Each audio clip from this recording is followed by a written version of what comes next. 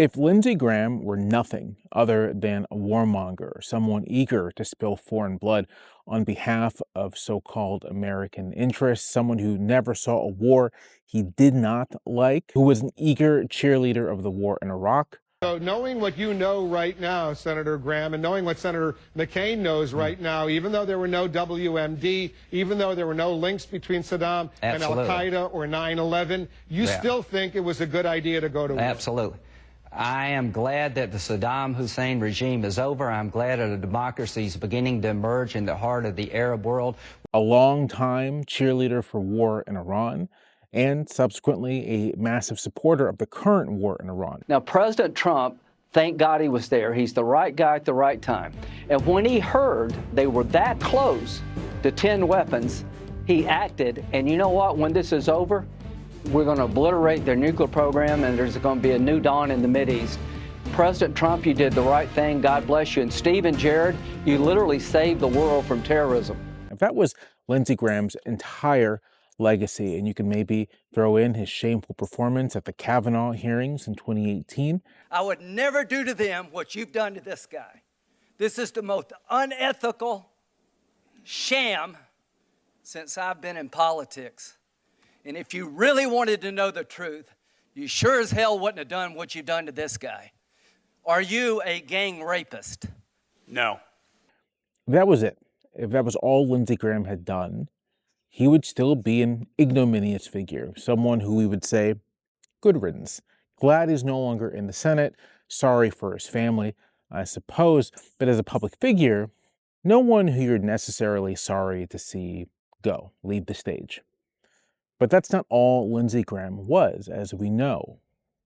Lindsey Graham was one of the Republicans early on who understood what Trump was. Graham ran in the 2016 Republican primary, dropped out pretty early, but saw then that Trump was trouble. But Graham, who never had much of an independent streak, who was always looking for someone to latch himself onto like the natural-born follower he was, Graham ignored his own misgivings, ignored his own statements, and became a loyal supporter of Trump through that first term. He even assisted Trump in the president's effort to undermine and overturn the Georgia presidential election in his failed attempt to make himself president against and above the will of the voters. Graham participated in that. Loyal soldier. A toady, you might say. But then came January 6th, and soon thereafter, Graham announced that he was done with it all, that he had followed Trump, and this was a bridge too far. Trump and I, we've had a hell of a journey. I hate it being this way. Oh my God, I hate it. From my point of view, he's been a consequential president. But today, first thing you'll see. All I can say is count me out. Enough is enough. Of course, it wasn't a bridge too far.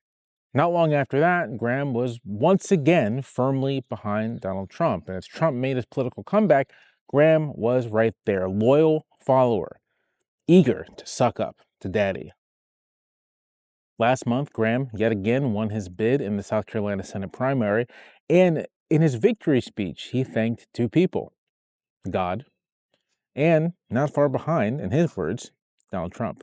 So, I want to start with a bunch of thank yous. I want to thank the big guy, God. Trump comes later.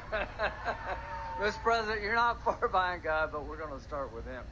And so with Lindsey Graham's passing on Sunday, how should we remember him? I'd say as a warmonger, and then also as someone who was an eager assistant, an eager aide, an eager supporter of Donald Trump's efforts to subvert and destroy American democracy, an eager supporter of, over the last 18, 19 months, Donald Trump's effort to replace American democracy with a personalist autocracy led by him and his array of courtiers and family members. How should we remember Lindsey Graham?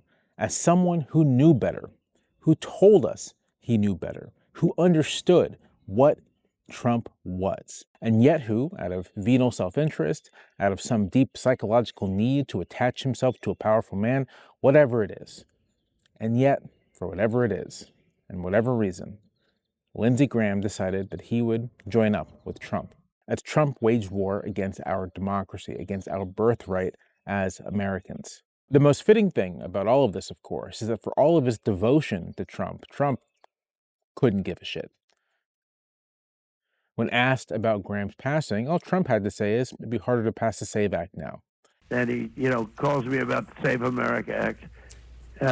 He thought we were going to get it passed. Do you remember This is a big blow to the Save America Act. No remarks about Graham's life, no comments about his support or companionship or friendship or whatever.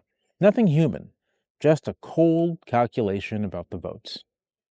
Graham gave everything to Trump. Graham sacrificed what reputation he had to Trump. Graham behaved in such a way so that when he is remembered, he's not remembered for his own right, not remembered for the things he did, which again, not that much, not very much that was good, but is remembered primarily as Trump's little assistant. His little Renfeld, his Wayland Smithers. When I pass on, you shall be buried alive with me. Oh, goody. And what does Trump have to say in return? Nothing. Graham's life didn't matter to him, not outside of what Graham could give to him. It's fitting, it's in its own way sad, and it should be a warning to everyone who cozies up to Trump, who hopes to get Trump on their side, that Trump is on no one's side but his own, and he doesn't care about you or your life. We've seen this again and again, and I'm certain no one will learn the lesson. Lindsey Graham certainly didn't.